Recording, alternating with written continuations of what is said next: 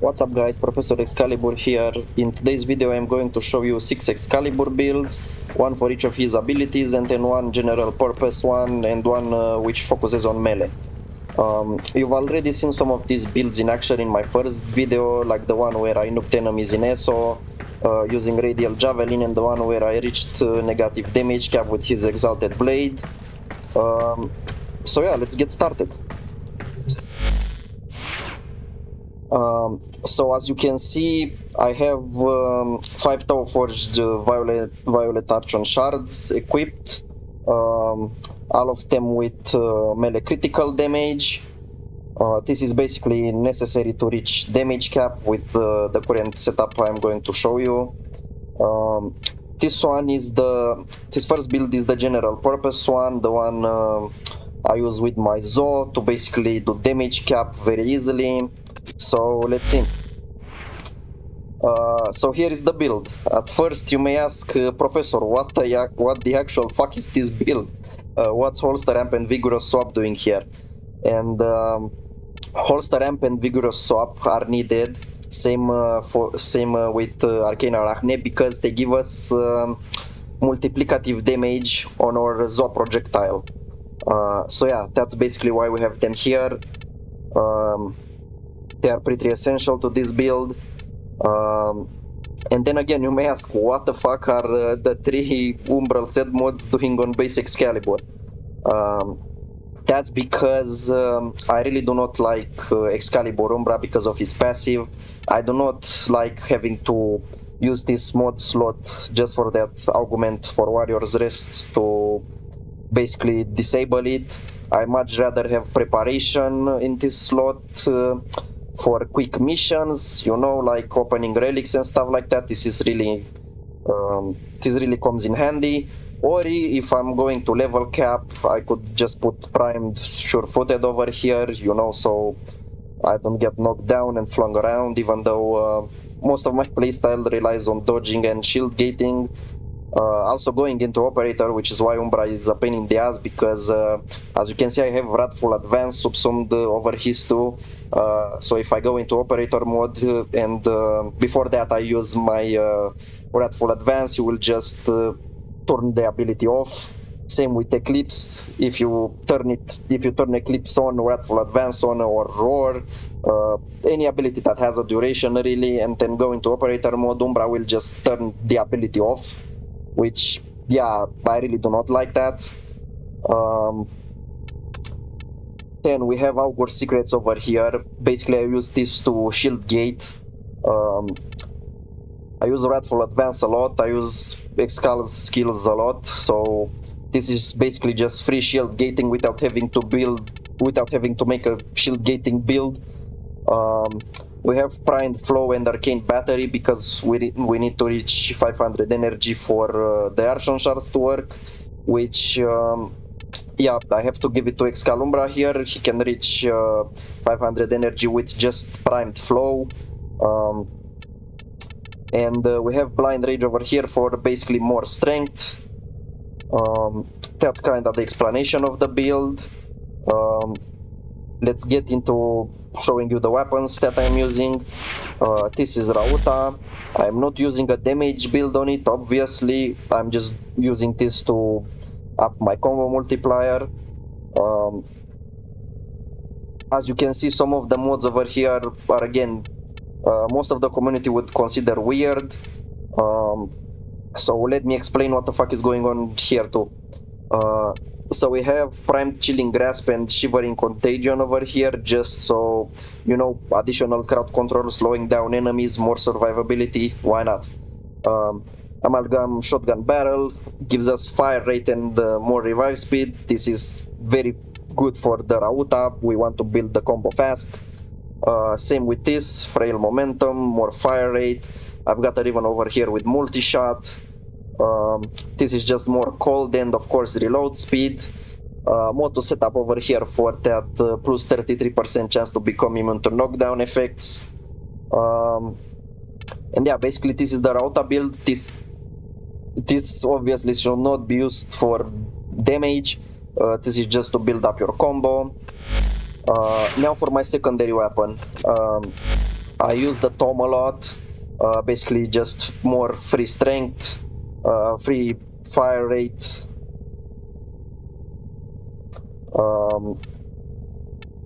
Yeah, basically we have Augur Seeker over here, works wonderfully with the rest of the Augur mods that we already have on.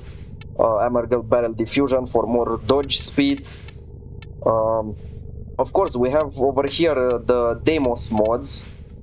Basically, this just gives us more free effects, more survivability, more an added layer of protection, basically. Because look at this. Killing an enemy with heavy attack reduces enemy accuracy against Warframe by 10% and grants immunity to status effects for 2 seconds. This is really awesome. Jugulous Spines again, slam attacks will create tendrils, even though we don't want to do slam attacks on this build with the Zoa. We are just going to use Exodia Contagion. You know, this could be some good added crowd control. Saxon Spittle, basically the same thing. We are using it for the set passive. Yeah. So you may be asking, do you not prime enemies? Yeah, I do not prime enemies at all when I'm playing Excalibur. I am really lazy. I do not like to basically spend time shooting the enemies and then having to melee them and blah blah blah blah blah. Basically because if you ever play in a public squad, this is just going to be a pain in the ass. You are going to prime enemies and then a squad mate is going to come in and basically just obliterate them, so I skipped that part entirely. It's up to you if you want to prime enemies or not. I personally don't do it because I consider it a waste of time. I can already do damage cap without priming them, so yeah. Now let's see the Zoa build. Okay, so let me do a little bit of explanation on this build too. We have rendering crane over here because this is so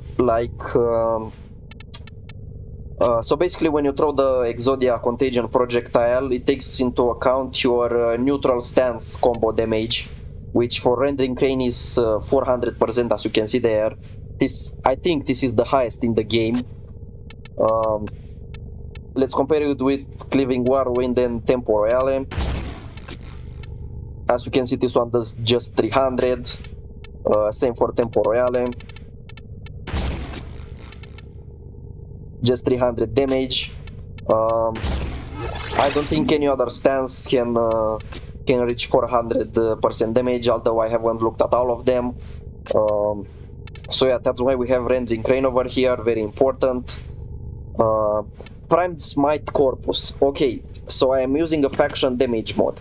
Let me explain why. So most of the enemies in the game, not most, but rather a lot of them, have shields. The Corpus have shields, the Corrupted have shields, the Tegroth have shields. So basically this mod, from my testing, I don't know if it's right or not, but it seems to work basically on every enemy with shields. Yeah, so that's pretty fucking crazy. That's why I never changed this mod from the build, unless I go against Infested, which have no shields, or a Grenier, you know. If you plan on going against those enemies, then yeah, sure, you can swap this out for Smite Infested or Smite Grenier, but I just keep this here on at all times because it really makes no difference. You're going to hit very high damage numbers anyway. So yeah. By the way, you are going to hit damage cap with this mod over here even on fucking arbitration drones. So yeah, that's why I literally never change this unless I guess I want to go against, unless I have to go against Corpus or Infested with no shields. This also does very high fucking damage. I do not know why against the Murmur enemies, the ones in Albrecht's lab, basically. Same with Skaldra for some reason. We have a Riven over here, critical damage and critical chance. Now this melee damage right over here is not really needed. Honestly, I should really roll this more and I would roll this third stat over here to have either electricity or more faction damage. So we have gas, electricity, or more faction damage, you know, always good. Galvanized steel, obviously for more critical damage. We want as much critical damage as possible. As you can see, I have a 15 critical damage multiplier over here. Gladiator Might, same thing. We have Exodia Contagion, obviously. We have melee exposure, more corrosive damage, which is good. And Dreamer's Wrath. Now, you can't really do Tenoka attacks while throwing your Exodia projectile. It won't really work, but yeah, this is over here just for fluff. So that's basically the Zo build.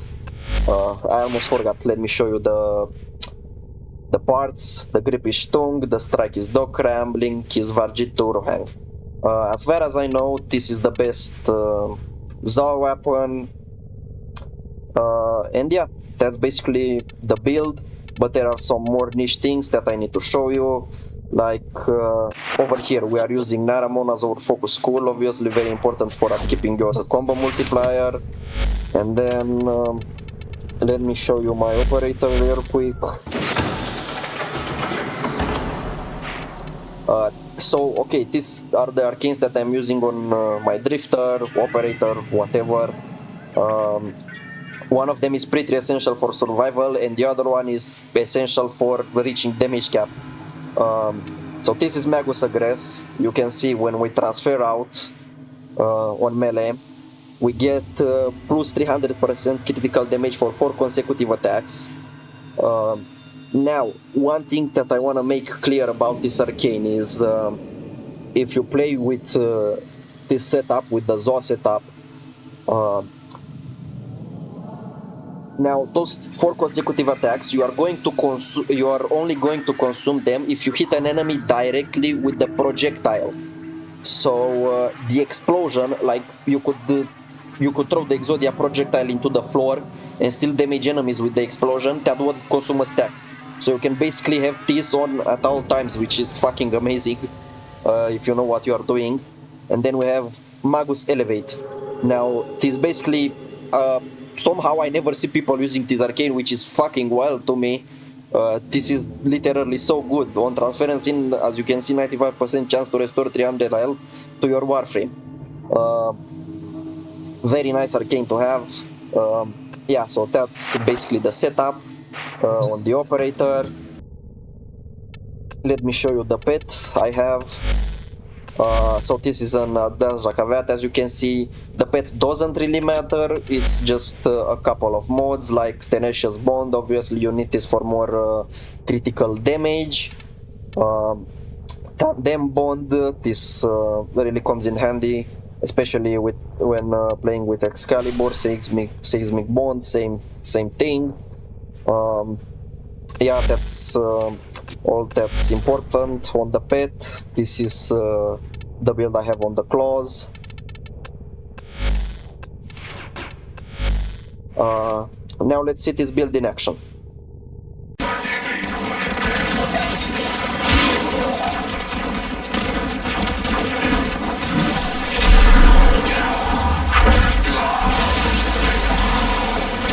The enemies are dropping reactant.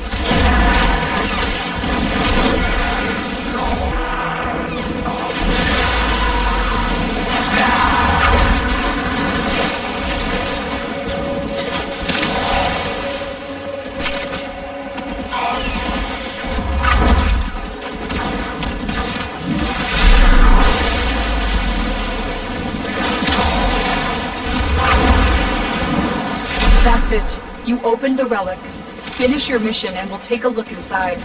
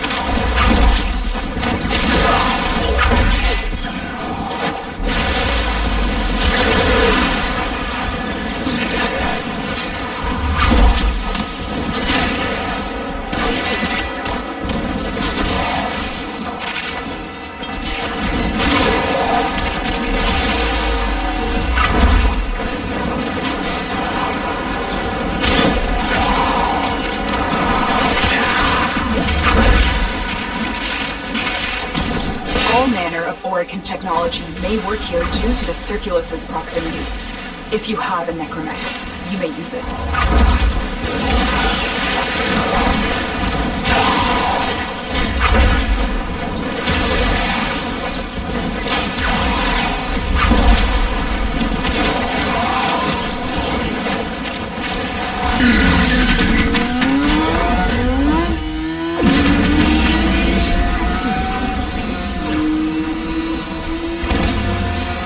Enemies have grown fierce. Use all that you have learned.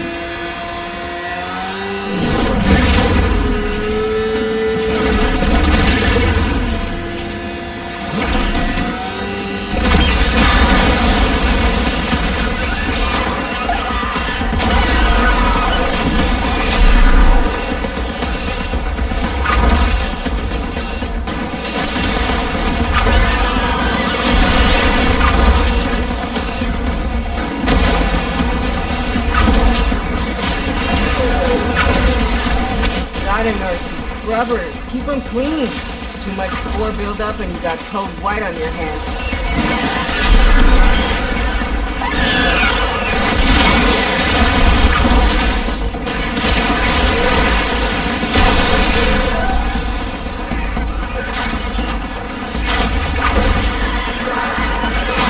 Need you to stay on top of those scrubbers. You see growth?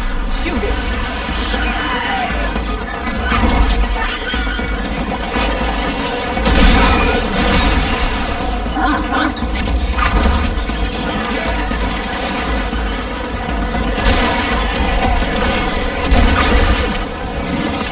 Situation critical!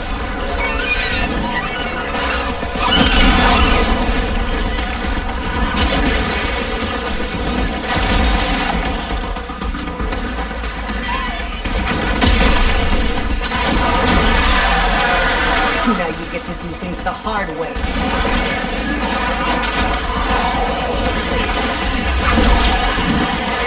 I hear Skuldra want these things back, but not even Skuldra's willing to come down here without this rod. Good thing you're not as smart as Skuldra. Now get to work.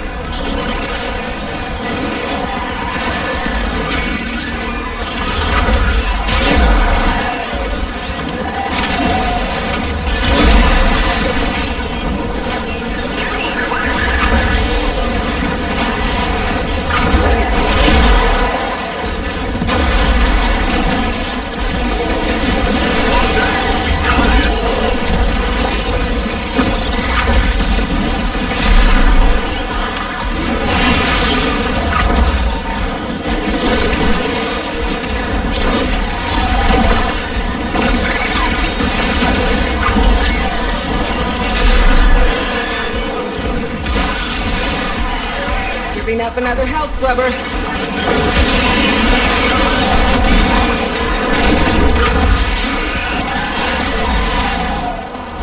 Attempted to open your relic.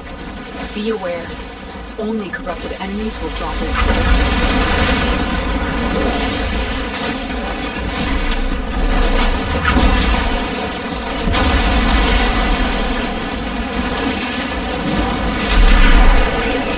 The reactant is working on your relic. Find more.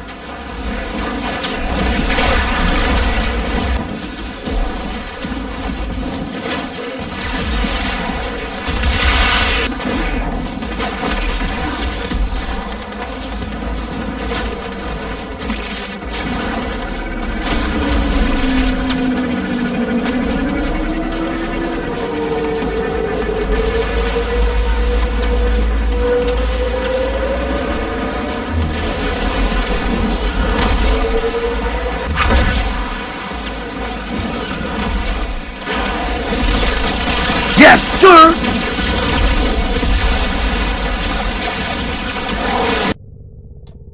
Okay, so now let's get into the Exalted Blade build. So this is it. Of course, we are using Chromatic Blade. It is a very good argument. Transient Fortitude here can be replaced with either August Secrets or Furious Javelin if you need more damage. We are using Multi-Augmented instead of Arcane Arachne because Arcane Arachne doesn't work on Exalted Blade. The rest of the mods I basically already explained why they are here. Steel charge, power drift, pretty basic stuff. One thing I want to go over is you should use electricity as your energy. And here on Exalted Blade, as you can see, you will no longer do slash, impact and puncture, but you get like a shit ton of status. And shocking touch, since we already put blue electricity as our energy, we can just remove this and still have electricity. So yeah, if you do not want, you can put another mode over here, you can put whatever you like. I keep shocking touch just for more damage. Yeah, so this is basically the Exalted Blade setup I reached damage cap with. And yeah, let's see this build in action too.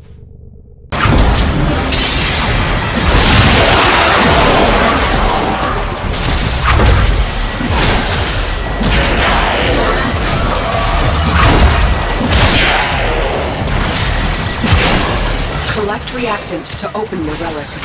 Be aware, only corrupted enemies will drop it. Keep fighting. Look for more reactant.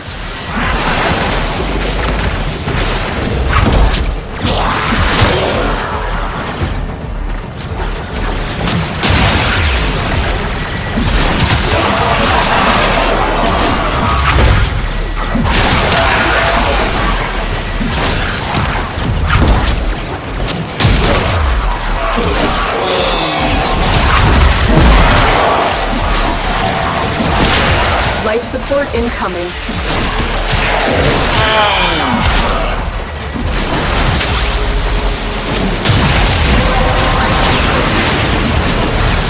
The relic has been cracked open.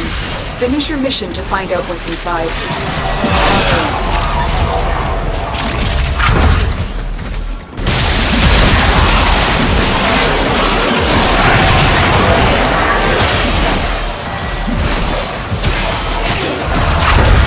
I've delivered a life support capsule to the area. Activating it will buy you more time.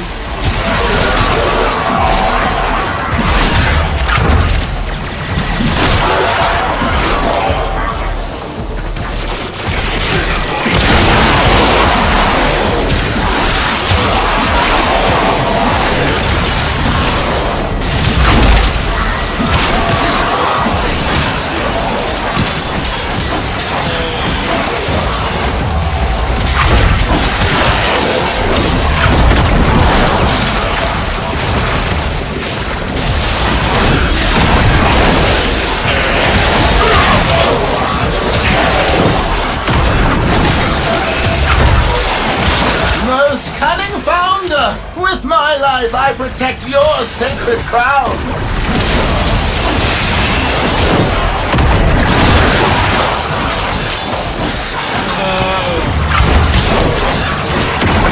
Life support on the way.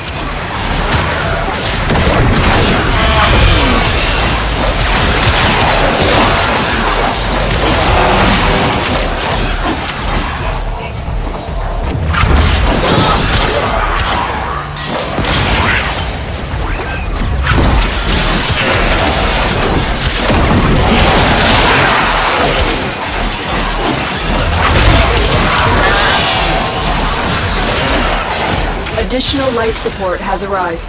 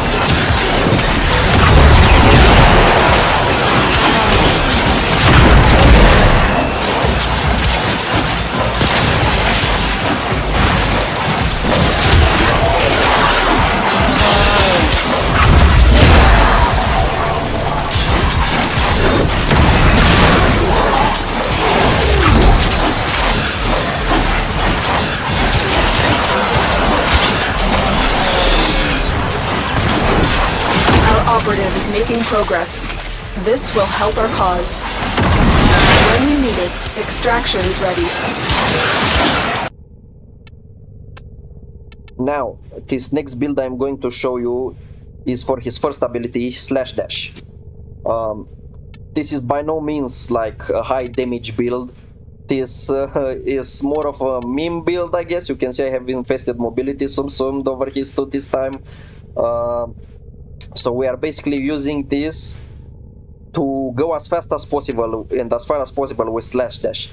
And what I can tell you is that this definitely goes faster than Volt and Gauss. I don't know if it's as fast as Titania or like Revenant with his 3, but yeah, this is pretty fast. Let me show you.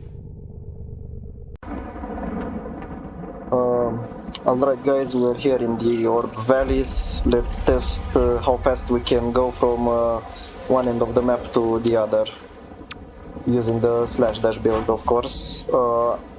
I'm not going to use infested mobility because I just want to show you how fast we can go 3000 meters just with Slash Dash, which is kinda absurd, so yeah, let's go.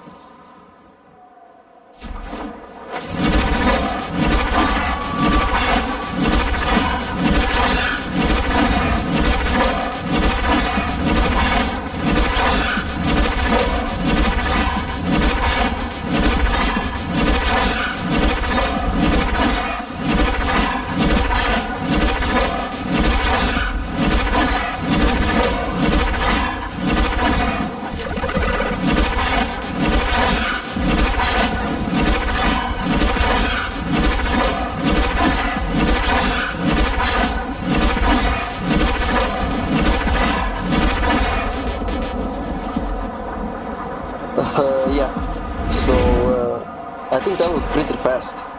Faster than Gauss and Volt for sure. I don't know if it matches up to Titania or Wukong, but it's definitely faster than Gauss, Revenant, and Volt. Well, yeah, on to the next build, I guess.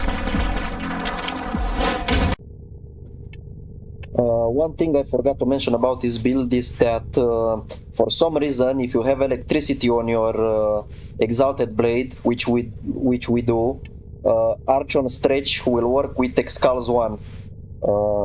Like his ability, whenever you hit it, triggers Arch on Stretch for some reason. I don't know why it works, but yeah, it does.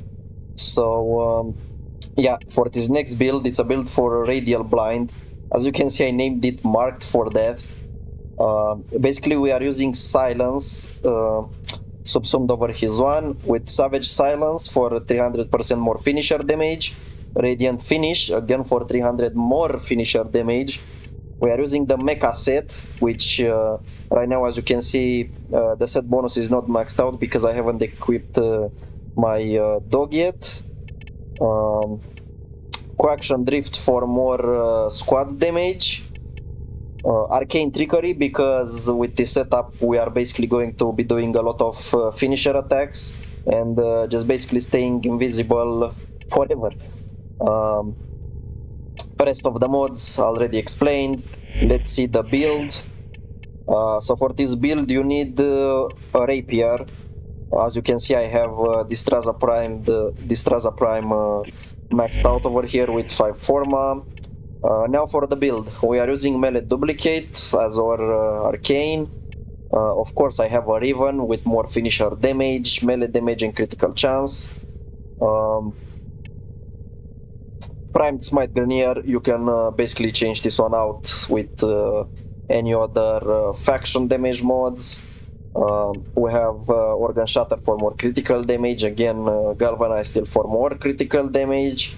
Now the Exilus slot doesn't really matter. I mean, if you want to do this on a frame which doesn't have a way to open enemies up to finishers, you can just use parry, or if you don't want to subsume silence over another frame, basically, yeah, that's why this is here. You can use this build on other frames, it's just that it won't be as effective, of course. I'm going to go over the dog now.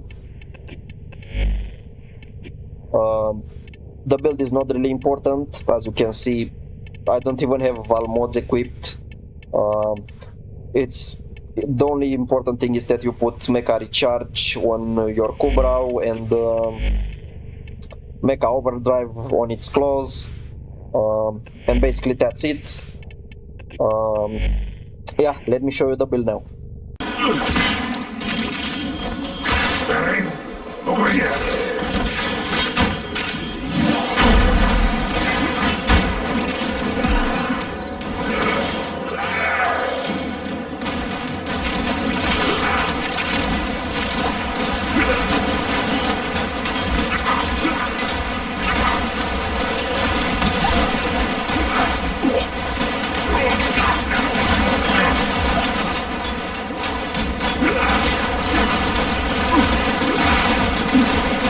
Get ready for a capsule.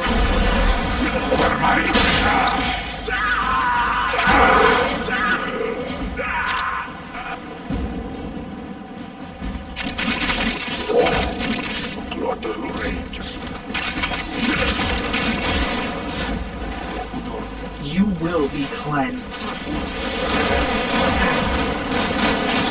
That's actually perfect.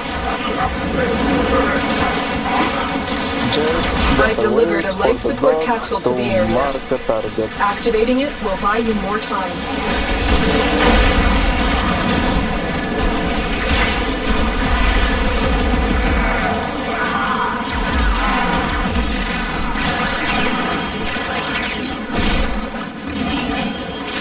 You can see they died literally one hit from the slash procs. Okay, so for the Radial Javelin build, now as you can see this is a different Excalibur. I have 5 Tau Forge Crimson Archon shards with 15 ability strength. This is needed for the nuke. This is the build. We have Arcane Arachne, Holster Ramp and Vigorous Swap on him again, because for some reason base damage multipliers work with Radial Javelin. So the gist of the build is that you are going to use Roar, which I have subsumed over Exalted Blade here.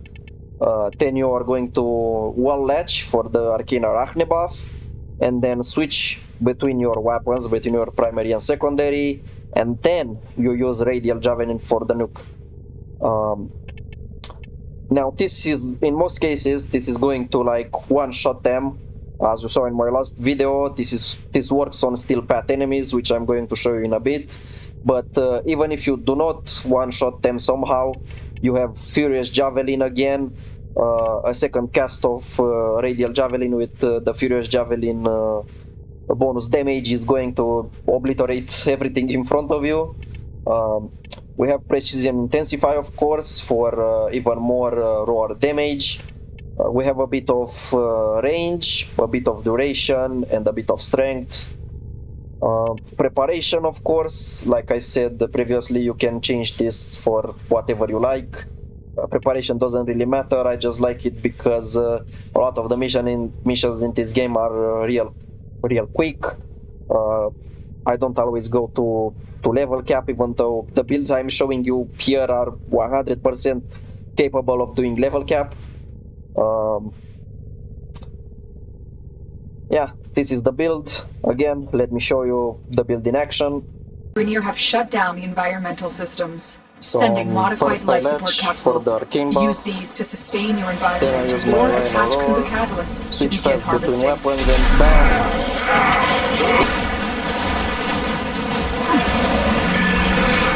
Watch this. All good. Just all good.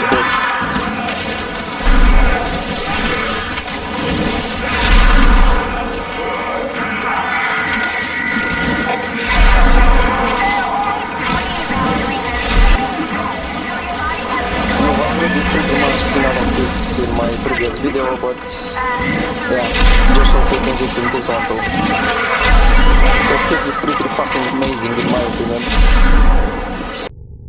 Alright, and for this last build, I have titled it King of Melee, because you can basically take this build and do millions of damage with any melee weapon in the game, really. As you saw in my last video, I was literally doing thousands of damage, thousands, millions, whatever, with the fucking Prisma Obex, so that's crazy. This time we've removed the, you know, Holster Ramp and Vigorous Swap. They are no longer here because we don't really need them for this setup. You can still use them if you want, but yeah, this setup doesn't take as much preparation to do a lot of damage. Again, Arcane Fury over here because besides Radial Javelin and Zoa Explosion, as far as I know, this doesn't really affect anything else. So another tip I have, if you put Arcane Fury like I have, try to not use more base damage modifiers like Prime Pressure Point or stuff like that, because you want as many multiplicative sources of damage as possible on your melee weapon. And yeah, this is basically the build. You can take this and pretty much do thousands of damage with any melee in the game, really. So yeah, these are my Excalibur builds. One build for each of his skills, abilities, whatever you want to call them. You can pretty easily reach damage cap with this Exalted Blade setup. For this build I'm not going to showcase anything because it's pretty much just the same as my main build, as my general purpose build with the Zoa, just using different melee weapons. You're pretty much going to see the same kind of damage, just it really depends on what melee weapon you use and what build you use on it too. So yeah, pretty much this was the video, guys. Thanks for watching, guys, and I'll see you in the next video. It's probably going to be another meme video, just with a different frame. I don't really know, but yeah, catch you in the next video. See ya.